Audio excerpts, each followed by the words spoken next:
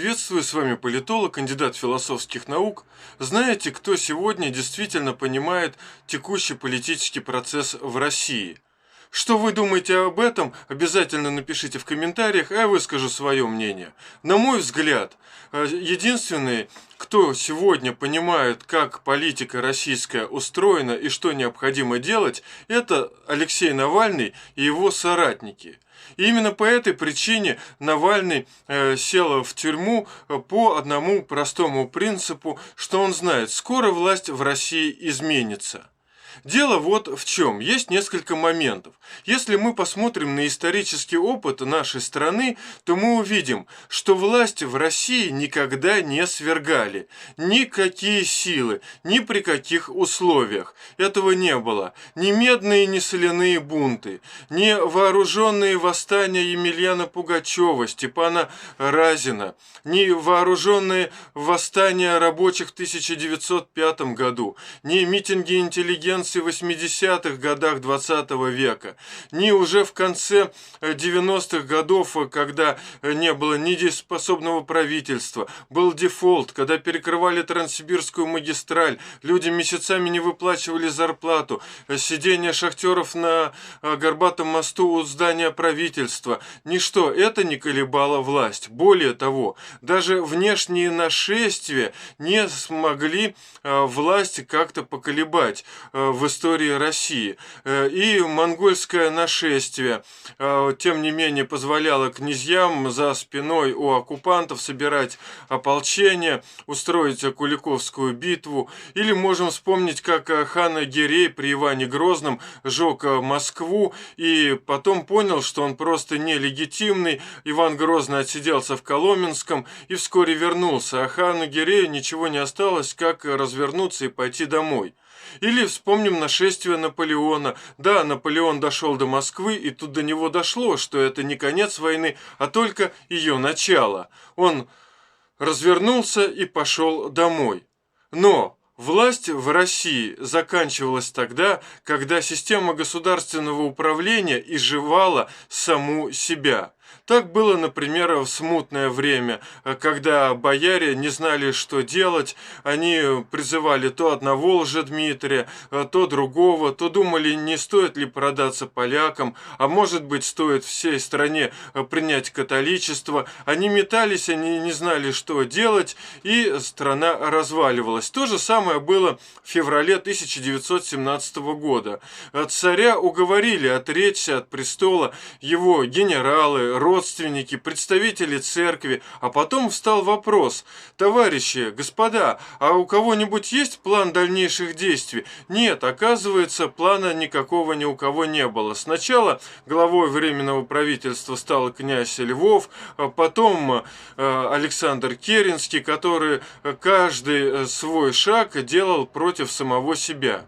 И то же самое мы видели в 1991 году и накануне, когда центральная власть Советского Союза никак не реагировала на конфликты на окраинах: Грузия, Абхазия, Южная Осетия, Приднестровье, Армения, Азербайджан, Нагорный Карабах. И власть отвечала: ну что там происходит, мы не знаем, что это такое творится. О, к нам пришла гениальная идея, давайте проведем референдум на тему, стоит ли расчленять Родину-мать. Что ж, референдум как-то провели, большинство сказали, единое государство надо сохранить. Но давайте тогда будем заключать союзный договор. Зачем союзный договор, когда есть Конституция, когда есть абсолютно дееспособные структуры в виде партии, комсомола, КГБ, армии, МВД, советов всех уровней? Но нет, люди не знали, что творят. И, собственно говоря, вот эта неадекватность власти и приводит к тому, что государство рушится.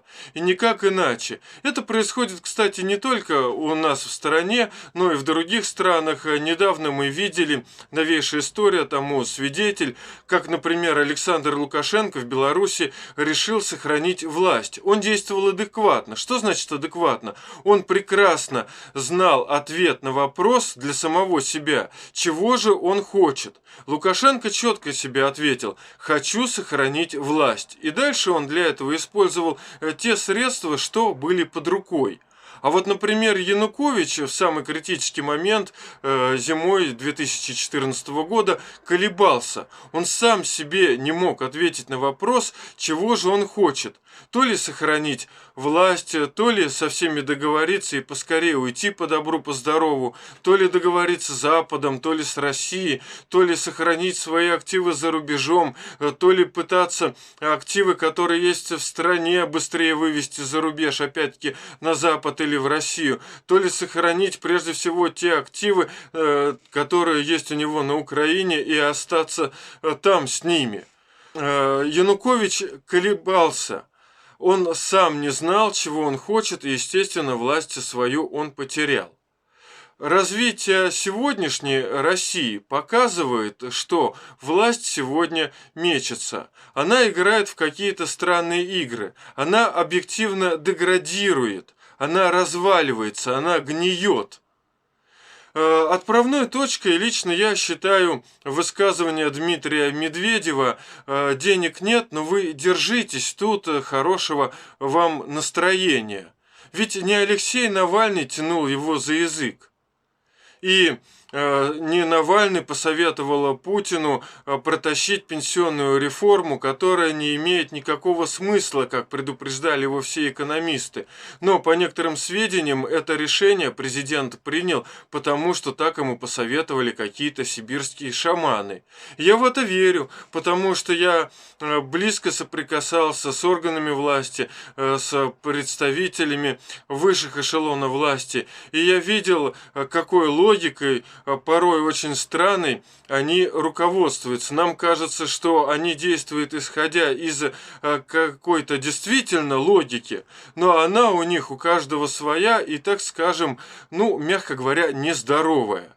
И вот это понял Навальный. Кстати, либералы, они готовы были до последнего договариваться. Немцов, например, Борис Немцов, он был лидером парламентской фракции, он был вице-премьером, но согласился на роль депутата регионального парламента Ярославской думы. Илья Яшин, у него не получалось в Госдуму идти, в Мосгордуму. Что ж, он согласился быть муниципальным депутатом. Но когда не остается вообще никаких возможностей для того, чтобы с властью договориться, чтобы можно было как-то донести свою точку зрения, чтобы к тебе прислушались, то наступает момент понимания, что если ты занимаешься политикой, то надо быть готовым пострадать. Как говорится, либо грудь в крестах, либо голова в кустах. И вот представим, что сейчас система, она испаряется сама, как это было в феврале 2017 года или в 1991 году. Несмотря на все свои железобетонные конструкции, все мгновенно превращается в некую пыль, труху, в какой-то пар, который мгновенно исчезает на солнышке. И в этот момент встанет вопрос: а кто заполнит вакуум? И вот тут как раз встанет вопрос о том, кто же есть из оппозиции. Конечно, у нас есть системная парламентская оппозиция. Но кто всерьез верит, что главой государства станет, например, Сергей Миронов, Владимир Жириновский, Геннадий Зюганов? Нет, вспомнят, конечно, о Навальном, о страдальце, о человеке, который боролся с коррупцией, который собирал своих соратников, который проводил митинги. Дело не в том, работает ли Навальный с профсоюзами, сколько выходит на его митинги. Навальный сейчас понимает, надо просто ждать, когда власть сама по себе рухнет, чтобы занять вакуум. Не факт, что Навальный сможет это сделать. Кстати, как-то еще власть, сохраняя остатки адекватности, какой-то здравой логики, прекрасно это понимает. Поэтому, собственно говоря, сейчас зачищается все политическое поле. Например, судят по каким-то абсолютно диким обвинениям, что человек пытался чуть ли не эшелоны пускать под откос, но полный абсурд, абсолютно безобидного судят Николая Платошкина. Это человек, который на левом фланге мог сформулировать свою повестку дня, формировать ее. На правом либеральном фланге это, безусловно, Алексей Навальный. И всех более-менее активных людей сейчас пытаются посадить, запугать, но дело-то не в этом. Власть сама неадекватна, она до конца не знает, чего она хочет, вернее, она все меньше это понимает, меньше она может ответить самой себе на этот вопрос, чего же она хочет. Из-за этого в команде властные начинаются свои игры, каждый начинает спасаться поодиночке, спасать свои активы, думать о безопасности своей семьи, и система в целом идет к краху. И чем более абсурдные делает власть действия, чем более абсурдные принимает решения, тем больше она себя саму погружает в маразм и приближает день своего краха. И второй момент, который хотелось бы отметить. Многие оппозиционные активисты, левые, правые, либералы, говорят о том, вот посмотрите, Навальный не имеет связи с людьми, он не создает своих профсоюзов, у него нету низовой партии, которая бы снизу вверх выбирала бы своих руководителей. Но история очень многих стран и очень длинный исторический процесс показывает, что историю всегда делает какое-то небольшое количество орговиков, сплот орговиков.